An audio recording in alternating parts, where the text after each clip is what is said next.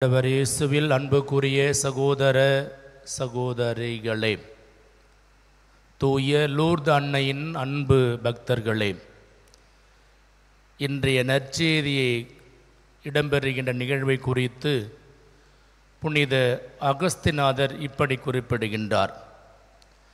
தூய ஆவியால் நிரப்பப்பெற்ற ஒருவர் மேல் நோக்கி உயர்ந்து செல்வார்.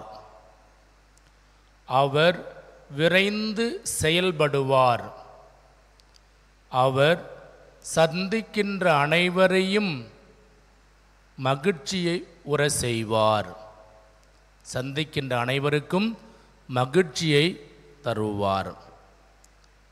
அன்புக்குரியவர்களே, இந்த நிகழ்வை குறித்து அவர் குறிப்பிடுகின்ற இந்த செய்தி இன்று இடம்பெறுகின்ற அன்னை மரியாளுக்கு முற்றிலும் உரியவையாக இருப்பதை நாம் காண முடிகின்றது.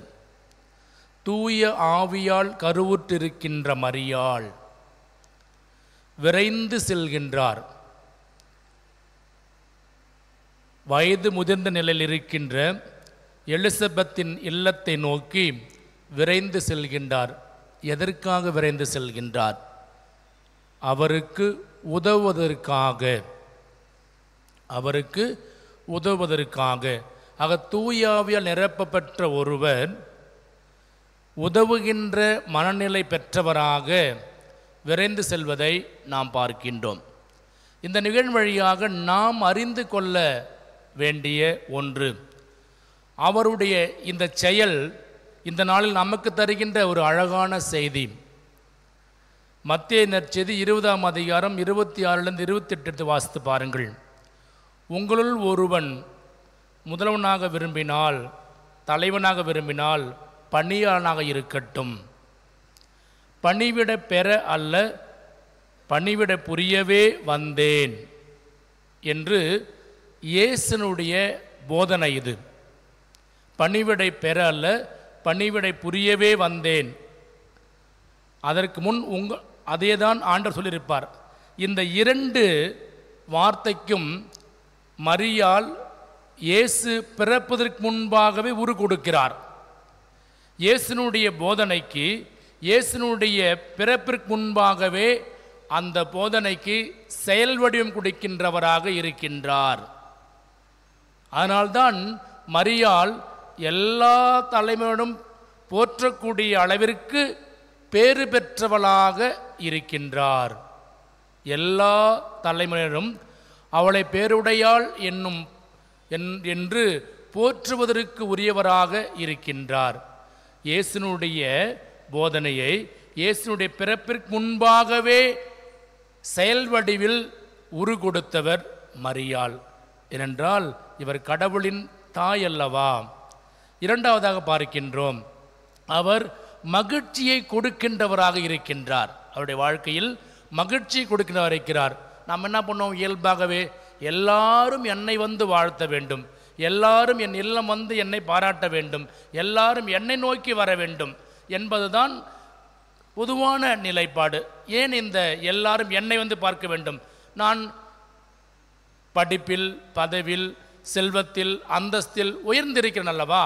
மற்றவரை காட்டிலும் ஒருபடி மேலே இருப்பதனால் எல்லாரும் என்னை நோக்கி வர வேண்டும் என்பதுதான் இயல்பான மனநிலை நமக்கு. அதுதான் நாம் கடைபிடித்து வருகிறோம். இங்கு அந்த விதத்தில் பார்க்கின்ற பொழுது மரியாள் உயர்ந்து நிற்கிறாள். கடவுளின் தாயாக, தூய ஆவியால் நிறைந்திருக்கிறாள். கடவுளின் தாயாக போகிறாள். அதுதான் அந்த அன்னை மேல் நோக்கி உயர்ந்திருப்பதை பார்க்கிறோம். ஆனால் இப்படிப்பட்ட நிலையில் இருக்கின்ற இந்த அன்னை விரைந்து ஓடுகிறாள். எலிசபெத்தை வாழ்த்துகிறார். தான் வாழ்த்து பெறுவதற்காக அல்ல, எலிசபெத்தை வாழ்த்துகின்றார். முதிர்ந்த வயதில் இருக்கின்ற ஒருவர் கடவுளின் அருளால் கருவுற்றிருப்பதை அறிந்து கொண்ட அவர் விரைந்து சென்று அவரை வாழ்த்துகின்றார். அன்புக்குரியவர்களே, இங்கும் நமக்கு ஒரு சின்ன செய்தி. நம்முடைய வாழ்த்து மொழி எப்படிப்பட்டதாக இருக்கிறது? நமது வாழ்த்து மொழி எப்படிப்பட்டதாக இருக்கிறது? அன்னை மரியாளுடைய வாழ்த்து எலிசபெத்தில் மகிழ்ச்சி அடைய செய்கின்றது. அவருடைய வாழ்த்து எலிசபெத்து தூயாவியால் நிரப்பப்பட்டவராக மாறுகின்றார். அவருடைய கருவில் இருந்த குழந்தை அக்களிப்பால் துள்ளுகின்றது. ஆக மரியாளுடைய வாழ்த்து செய்தி எவ்வளோ பெரிய நன்மை மிக்க மகிழ்ச்சியை கொடுத்து கொண்டிருப்பதை பார்க்க நம்மால் முடிகிறது. இங்கு நாமும் வாழ்த்துகின்றோம். நம் வாழ்த்துக்கள் எல்லாம் இப்படிப்பட்ட ஒரு மகிழ்ச்சியை, தூயாவில் நிரப்பப்படக்கூடிய ஒரு நிலைப்பாட்டை கொடுக்கின்றதா என்றால் ஒரு பெரிய கேள்விக்குறி. அதுக்கு முன்பாக நாம் யாரையாவது வாழ்த்திருக்கின்றோமா? நமக்கு நினைவு தெரிந்து யாரையாவது வாழ்த்திருக்கின்றோமா? யாரையாவது பாராட்டியிருக்கின்றோமா? அவருடைய நல்ல செயல்களை குறித்து, அவருடைய வளர்ச்சியை குறித்து, அவள் அடைந்த நன்மையை குறித்து, அவள் பெற்றுக்கொண்ட அனுகிரகங்களை குறித்து என்னைக்காவது வாழ்த்திருமா? எங்கே கடைஞ்சி டக்குன்னு வாழ்வு வந்துச்சு எப்படி போது பாரு. அப்படிப்பட்ட எண்ணங்கள் தான் நமக்கு வந்திருப்பதை நாம் பார்க்கின்றோம். ஒருவர் தாழ்ந்த நிலையில் அல்லது அவருடைய பணி வாழ்வில் உயர்ந்திருக்கின்ற பொழுது, மேன்மை அடைகின்ற பொழுது, அல்லது செல்வங்களை பெற்றிருக்கின்ற பொழுது அவர்களை பரவாயில்லை, ஆண்டவருடைய அருளால் உனக்கு கிடைத்திருக்கிறது என்று அவரை வாழ்த்திருக்கின்றோமா? அவரை நினைவு அவரை குறித்து ஒரு நல்ல மதிப்பை நாம் கொண்டிருக்கிறோமா என்றால் ஒரு பெரிய இன்னும் வரை நமக்கு ஒரு கேள்விக்குறிதான். ஆனால் மரியாள் அவரை வாழ்த்துகின்றார். கடவுளின் தாயார் இருந்தாலும் அவரை வாழ்த்துகின்றார். அவருடைய வாழ்த்து மொழி அவருக்கு இரட்டிப்பான மகிழ்ச்சியை தூயால் நிரப்பப்பட்டவராக இருக்கின்றார். மூன்றாவதாக பார்க்கின்றோம், அன்னை மரியாளுடைய வாழ்த்து மொழியை கேட்டதும் அங்கு இடம்பெறுகின்ற ஒரு நிகழ்வை பார்க்கின்றோம். எலிசபெத்து மரியாளை ஆண்டவருடைய வாக்கு நிறைவேறும் என் நம்பிய கன்னிமரியே நீ பேறு பெற்றவள், கன்னிமரியே நீ பேறு பெற்றவள் என்று அவரை வாழ்த்துகின்றார். அன்புக்குரியவர்களே, இந்த நிகழ்வில் இருந்து நாம் ஒரு பாடங்களை கற்றுக்கொள்ள வேண்டும். எதற்காக மரியாளை வாழ்த்துகின்றார்கள்? எதற்காக மரியாளை போற்றுகின்றார்கள்? எதற்காக மரியாளை நாம் நாடி வருகின்றோம்? ஒரு நம்பிக்கைக்குரியவள், ஆண்டவர் மீது அளவில்லாத நம்பிக்கைக்குரியவள், ஆண்டவருடைய வார்த்தை நிறைவேறும் என்று காத்திருந்தவள், ஆண்டவருடைய வார்த்தை ஒரு காலம் பொய்யாகாது என்று இருந்தவள். நாம் இந்த நாளில் இப்படிப்பட்ட இறைவார்த்தை நமக்கு கொடுக்கப்படுவதன் நோக்கம் என்ன? குறிப்பாக இந்த இறுதி நாட்களில் 5வது நவநாள் இன்று இந்த இறைவார்த்தை நமக்கு கொடுக்கப்பட்ட நோக்கம் என்ன? இதில் நாம் கற்றுக்கொள்ள வேண்டியது நிறைய இருக்கிறது. இறைமகன் இயேசுவை எதிர்நோக்கி காத்திருக்கிற நாம், நமது நம்பிக்கை எப்படிப்பட்டதாக இருக்கிறது? நம்ம நம்பிக்கை எப்படிப்பட்டதாக இருக்கிறது? நமது வாழ்த்து மொழிகள் எப்படிப்பட்டதாக இருக்கிறது? நாம் மற்றவரை பாராட்டுவது சரியான நிலையில் இருக்கிறதா? அன்புக்குரியவர்களே, இதை சற்று சிந்தித்து பார்க்க அழைக்கப்படுகின்றோம். பல வேளைகளில் நாம் எல்லோரும் வாழ்த்துகின்றோம், பாராட்டுகின்றோம், போற்றுகின்றோம். நமது பாராட்டுகள், நமது வாழ்த்துக்கள் சரியானது தானா? சரியான நிலையில் சரியான மனிதர்களை நம்மால் வாழ்த்த முடிகிறதா? பல வேளைகளில் தவறான நிலையில் இருப்பவர்களை வாழ்த்தியே பழகிவிட்டோம். தவறு என்று தெரிந்தும் கூட, அது உண்மை இல்லை என்று அறிந்தும் கூட நாம் வாழ்த்தவும் போற்றவும் துணிந்து விட்டோம். அதனால்தான் இன்று அதனால் என்ன நன்மை என்று கேட்கலாம், என்ன தீமை?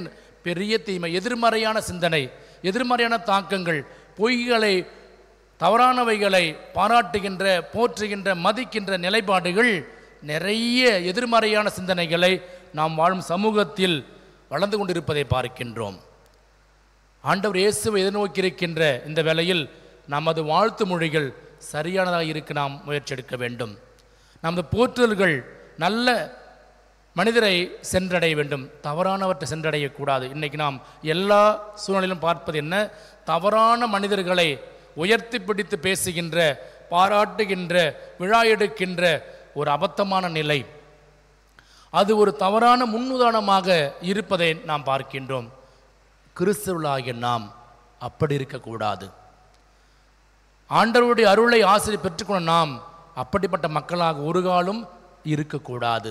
மாறாக சரியானவற்றை சரியான நிலைக்காக பாராட்ட வேண்டும், சரியானவற்றை அங்கீகரிக்க வேண்டும், சரியானவற்றை ஏற்றுக்கொள்ள வேண்டும், தவறானவற்றை நாம் ஏற்றுக்கொள்ளக்கூடாது.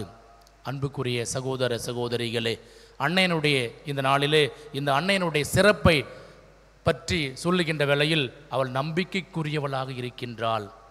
நம்ம நம்பிக்கை எப்படிப்பட்டதாக இருக்கிறது? நிறைய பேர் கிறிஸ்மஸ் எப்படி இருக்குது, எப்படி அது அப்படி போனால் போகுது, அப்படியே போவோம், அது மாதிரி கடந்து போயிடும். அப்படி தான் இருக்கிறோம். நம்பிக்கை நிறைந்த நிலையில் பிறக்கின்ற பாலன் இயேசு எனக்கு, என் குடும்பத்திற்கு, வாழும் சமூகத்திற்கு நிறைவான ஆசிரியை கொடுப்பார் என்ற நம்பிக்கை அற்ற நிலையில்தான் ஏதோ கடந்து போகும். நம்ம கொண்டாடினாலும் கொண்டாடாவிட்டாலும் அந்த தேதி கடந்து போயிடும். அப்படி என்று சொல்லுகின்றவர்கள் தான் நிறைய பேர். ஒரு நம்பிக்கையற்ற நிலையில், அவநம்பிக்கை நிறைந்த நிலையில் இருக்கின்ற நிலையை பார்க்கின்றோம். நாம் அன்னை மரியாளுடைய வாழ்க்கைக்கு வருவோம். எவ்வளவு காலங்கள் காத்திருந்திருப்பார். அவர் நம்பிக்கையில் கொஞ்சம் கூட குறைவில்லாமல் இருந்ததால்தான் அவர் கடவுளின் தாயை பெற்றவளாக மாறுகின்றார். இன்றைய இந்த இறை வார்த்தைக்கு பழைய ஏற்பாட்டில் யூதித்தை நாம் சிறந்த ஒரு முன்மாதிரியாக கொள்ளலாம். யூதித் அந்த கைம்பெண் மிக ஒரு சிறந்த உதாரணம். அவர்களை வழிநடத்திய ஆளுநர்கள், தலைவர்கள், மூப்பரெல்லாம் ஒன்று கூடி இப்படி பேசுகின்றார்கள்: இன்னும் 5 நாளில் நாம் நம்மை முழுவதுமாக ஒலேபேரின் கையில் ஒப்படைத்து விடுவோம். நாம் இனிமேல் நம்மால் ஒன்றுமே செய்ய முடியாது. கடவுள் நம்மை உதவுவாரா என்ற, உதவ மாட்டாரா என்ற அவநம்பிக்கை நிறைந்தவராக இருக்கின்றார்கள். அப்போது அந்த கைம்பெண் சொல்வார்கள்: ஆண்டவர் சோதிக்க வேண்டாம், ஆண்டவரை சோதிக்க வேண்டாம், ஆண்டவரில் நம்பிக்கை கொள்ளுங்கள், ஆண்டவரில் நம்பிக்கை கொள்ளுங்கள். நம் முன்னோருக்கு எல்லாரையும் காப்பாற்றி வந்த கடவுள், நம் முன்னோர்களை சோதித்த கடவுள், அவர்களை துன்புறுத்த வேண்டும் என்பதற்காக அல்ல, அவர்களை புடமிடுவதற்காகவே அவர்களை தேற்றி வந்த கடவுள் நம்மையும் நிச்சயம் காப்பாற்றுவார். நம் பகைவரின் பிடியிலிருந்து நம்மை பாதுகாப்பார். எவ்வளோ பேர் நம்பிக்கை பாருங்கள். அவர்கள் அனைவருமே மிகப்பெரிய போர்க்கலன்களை எதிர்நோக்கியிருக்கிறார்கள். எந்த விதமான பலம் புரிந்த நிலையிலும் இல்லாத நிலையில் இருக்கின்ற பொழுது அவர் சொல்றார்: ஆண்டவரை நம்பியிருப்போம். அவர் எப்படி வேணும்? ஆண்டவரே, ஆண்டவரே, நீர்தான் எங்களுக்கு இந்த மீட்பை பெற்றுத்தர வேண்டும், இந்த விடுதலை எங்களுக்கு பெற்றுத்தர வேண்டும் என்று தனி ஒரு நபராக பெரும் படையை எதிர்நோக்கி சென்று வெற்றி கொள்வதை நாம் பார்க்கின்றோம். அன்புக்குரியவர்களே, நான் தனி ஒரு ஆள், என்னிடம் எதுவும் இல்லை என்ற அவநம்பிக்கையில் நிறைந்த நிலையில்தான் நாம் வாழ்ந்து கொண்டிருக்கிறோம். எனக்கு செல்வம் இல்லை, ஆள் பலம் இல்லை, பொருள் பலம் இல்லை, நான் என்ன செய்வது?